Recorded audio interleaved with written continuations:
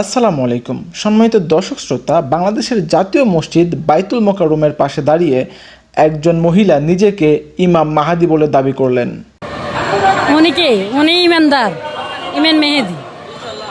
ইমানদার কি? ইমানদার, ইমান মেহেদি। কাগজটা হয়ে যাইতেছে।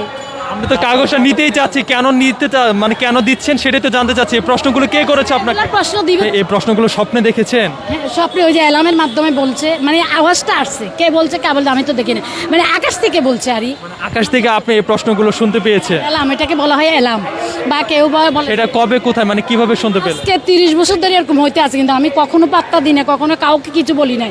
যখন আমার উপর কালেমা নাজির হয়ে গেছে আজকে 3 বছর, তখন আমি সব দুয়ারে দুয়ারে বলি। আমার সবচেয়ে বেশি খারাপ লেগেছে কি জানেন, তিনি এটাও দাবি করেছে যে তার উপরে নাকি কালেমা নাজিল হয়েছে, নাউজুবিল্লাহ। এরপরে কালেমা তৈয়ব লা ইলাহা ইল্লাল্লাহ, ইমানদারের ইমাম মেহেদির রুয়াল্লাহ বা ইমানদারের রুয়াল্লাহ। আমি আমার ব্যাখ্যা জানছি তো যে আল্লাহ, আমি জনগণকে কি বলবো? মুহাম্মদের ঘর ঠিক থাকবে, তারপরে ইমানদারের ঘর ঠিক থাকবে। কিন্তু আপনি কি শেষ নবী হযরত মুহাম্মদ সাল্লাল্লাহু আলাইহি ওয়াসাল্লামকে মানেন? হ্যাঁ, শেষ নবী হযরত মুহাম্মদ সাল্লাল্লাহু আলাইহি ওয়াসাল্লামকে মানেন? আমি জুতা দি পিটামু আমার নবীর নামে কিছু বললে। কিন্তু তিনি তো বলে গিয়েছেন তিনি শেষ নবী, আর কারোর উপর কোনো কিছু নাজিল হবে না। তাহলে আপনি কেন বলছেন যে আপনার উপর নাজিল হয়েছে? আল্লাহ রসুল শেষ মুহূর্তে বলছে না যে আমি 88 হিজরির পরে চলে গেলে জমিনে কি করে আমি বলি যেতে পারবো না, এটাই। এখন কথা হচ্ছে, প্রশাসন কেন এর কোনো ব্যবস্থা নিচ্ছে না, অথবা বাংলাদেশের যে সাধারণ জনতা আছে তারা কেন তার বিরুদ্ধে কোনো কথা বলছে না?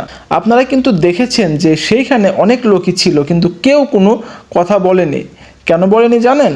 কারণ আমাদের দেশের লোকের মাঝে ধর্মীয় জ্ঞানের খুবই অভাব। এবং আমার এটাও মনে হয় যে অনেকে হয়তোবা তাকে মেনে নিয়েছেন যে তিনি হয়তোবা ইমাম মাহাদি, নাউজুবিল্লাহ। এবং তার পাশে আমরা আরেকজন মহিলাকে দেখতে পেয়েছি যিনি তাকে সায় দিচ্ছিলেন। তো যাই হোক, এখন আমার কথা হচ্ছে যে তিনি কিভাবে ইমাম মাহাদি হতে পারেন? আপনারা কিন্তু জানেন যে কিয়ামতের আগে অবশ্যই ইমাম মাহাদির আগমন ঘটবে এই দুনিয়াতে, কিন্তু তার আগে একটা বড় মালহামা হবে। মালহামা অর্থ হচ্ছে বিশ্বযুদ্ধ, এবং সৌদি পরিবার অস্থিতিশীল হয়ে পড়বে, সেই সাথে পুরো বিশ্ব অস্থির হয়ে পড়বে, এবং সেই সময় ইমাম মাহাদির আগমন ঘটবে।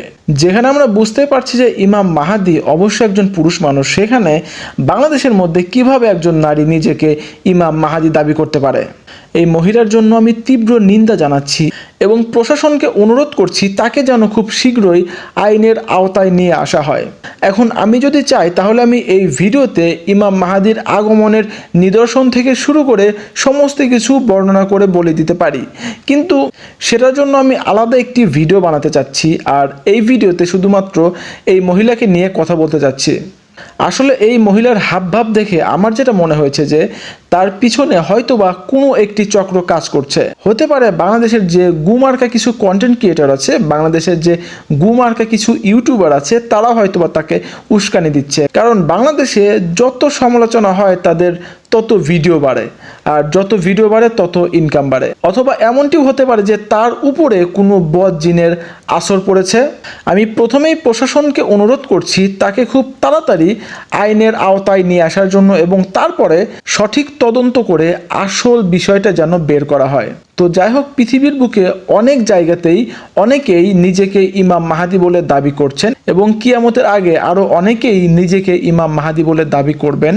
তো ইমাম মাহাদিকে চেনার উপায় এবং ইমাম মাহাদির আগমনের বেশ কিছু সিমটম নিয়ে আমি এরপর একটি ভিডিও তৈরি করব। তো সেই ভিডিওটি দেখার আমন্ত্রণ জানিয়ে আজকের ভিডিও এখানে শেষ করছি। এতক্ষণ আমাদের সাথে থাকার জন্য সবাইকে অসংখ্য ধন্যবাদ। দেখা হবে পরবর্তী ভিডিওতে। সেই পর্যন্ত ভালো থাকবেন, সুস্থ থাকবেন, আমাদের সাথেই থাকবেন। খোদা হাফেজ।